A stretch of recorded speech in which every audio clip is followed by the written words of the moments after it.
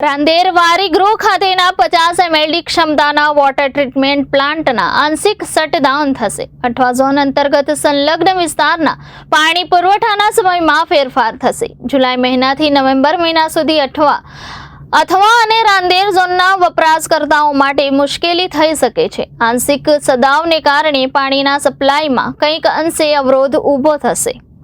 મહાનગરપાલિકા દ્વારા લોકોને વધુ પ્રમાણમાં પાણી મળે તેના માટેનું આયોજન કરવા જઈ રહી છે। તેના માટે હાલ રાંદેરના અઠવા ઝોનમાં કામગીરી શરૂ કરવાનો નિર્ણય કરવામાં આવ્યો છે।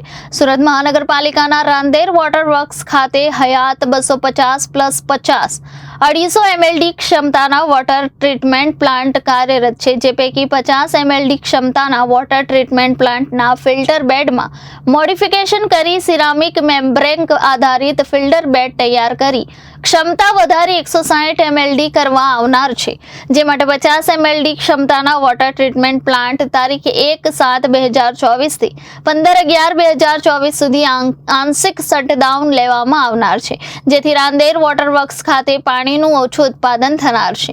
તારીખ 1/7/2024 થી અઠવા વોટર ડિસ્ટ્રીબ્યુશન સ્ટેશન મારફતે અપાતા city light road, new city light road part, Piplod ગામ, ઉમરા ગામ તળ, વીર નર્મદ, દક્ષિણ ગુજરાત યુનિવર્સિટી, SVNIT કેમ્પસ તથા સદર વિસ્તારની બાજુમાં સોસાયટીઓમાં સવારે 8:30 થી 12 કલાકના સપ્લાય સમયમાં ફેરફાર કરી સાંજે 9 થી 9:15 કલાક દરમિયાન આપવામાં આવશે। શટડાઉનના સમયગાળા દરમિયાન રાંદેર વારીગૃહથી પાણી પુરવઠો આપવામાં આવતા રાંદેર તથા અઠવા ઝોન સંલગ્ન તમામ વિસ્તાર, સોસાયટી, વસાહતોમાં પાણી પુરવઠો સંયમપૂર્વક ઉપયોગ કરવા શહેરીજનોને વિનંતી છે। પાણીની અછત ઊભી થાય તેવી સ્થિતિ સર્જાઈ શકે છે, તેથી અત્યારથી જ કોર્પોરેશન દ્વારા લોકોને સંયમિત રીતે પાણીનો વપરાશ કરવા માટે સલાહ આપવામાં આવી રહી છે। કુણાલભાઈ, કઈ રીતે વોટર સપ્લાય આપવાના છો અને શું અપગ્રેડેશન સાથે આગળ કામગીરી થઈ? હાલમાં રાંદેર ઇન્ટેકવેલ ખાતે 200 mld અને 50 mld ના બે પ્લાન્ટ કાર્યરત છે। હાલમાં 50 mld નો જે રાંદેર ઇન્ટેકવેલનો પ્લાન્ટ છે, જેને જર્મન બેઝ ટેકનોલોજી, જે મેમ્બ્રેન બેઝ ટેકનોલોજી કહેવાય છે, તે ટેકનોલોજીથી અપગ્રેડ કરીને આ પ્લાન્ટને વ્યવસ્થિત ને સારું પાણી શહેરીજનોને આપી શકાય તે દિશામાં સુરત મહાનગરપાલિકા પગલાં લેવા જઈ રહી છે। કઈ જગ્યા પર પહેલા લાગી રહી છે અને કઈ રીતનું આખું આયોજન ભવિષ્યમાં કરવા જઈ રહ્યા છે? આ ટેકનોલોજી જે છે, જર્મન બેઝ ટેકનોલોજી, જે ભારતભરમાં સૌપ્રથમ સુરત મહાનગરપાલિકામાં અને તેમાં પણ રાંદેર ઇન્ટેકવેલ ખાતે પાયલટ પ્રોજેક્ટ તરીકે કાર્યરત થવા જનાર છે।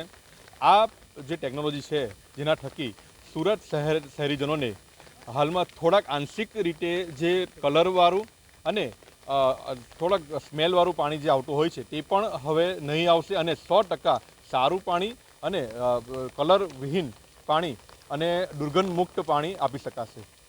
કેટલા સમય સુધી આ પાણીમાં આંશિક ઓછું મળશે? જ્યાં સુધી આ કામગીરી ચાલશે ત્યાં સુધી આ રીતની સમસ્યા થોડી ઘણી રહેશે। આ 1 જુલાઈ 2024 થી 15 નવેમ્બર 2024 સુધીમાં આ ટેકનોલોજીથી અપગ્રેડ થઈ જશે અને ત્યારબાદ દરેક શહેરીજનોને રાંદેર અને અઠવા વિસ્તારના શહેરીજનોને રાબેતા મુજબ પાણી આપી શકાશે। ત્યાં સુધીમાં